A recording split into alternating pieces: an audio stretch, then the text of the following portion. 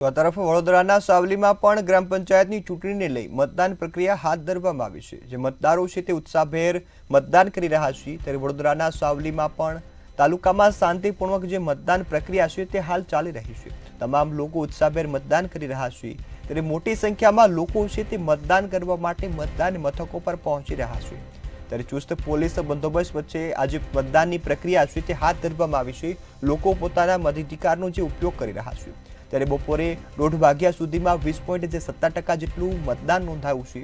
બપોરના જે સમય સુધીમાં જે અંદાજે મતદાન સામે આવ્યું છે, જેમાં અંજેસર ગ્રામ પંચાયતમાં 66% મતદાન નોંધાયું છે। તાલુકામાં શાંતિપૂર્ણ મતદાનની જે પ્રક્રિયા પૂર્ણ થાય તે માટે પોલીસનો ચુસ્ત બંદોબસ્ત પણ ગોઠવાયો છે।